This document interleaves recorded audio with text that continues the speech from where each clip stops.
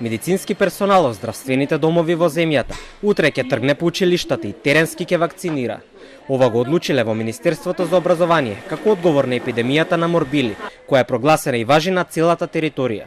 За министерот за образование, ова е прво нешто што може да се направи кога болни од мали сипаници има во сите градови.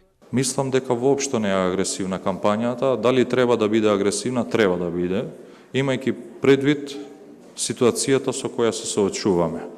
Значи, имаме епидемија и институциите е недозволиво да стојат со скрстени раце. Туку да бидат проактивни, да излезат на терен и да ја подобрат ситуацијата.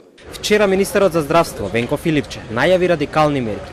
Како што многу пати до сега потенцираме, ниту едно дете нема да биде примено во градинка и во училиште невакцинирано.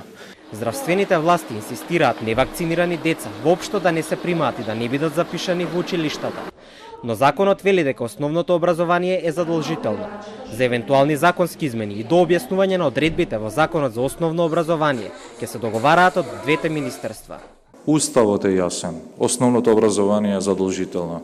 Бидејќи во законот имаме одредба кај што треба да при уписот во основните училишта треба да се приложи аргументи дека вакцините се примени од страна на детето. На инфективна клиника во моментов се лекуваат 40 на пациенти, 21 возрастен, а 20 се деца. Во потешка состојба е еден пациент поради компликации од вирусот, а 3 деца имаат воспалување на белите дробови.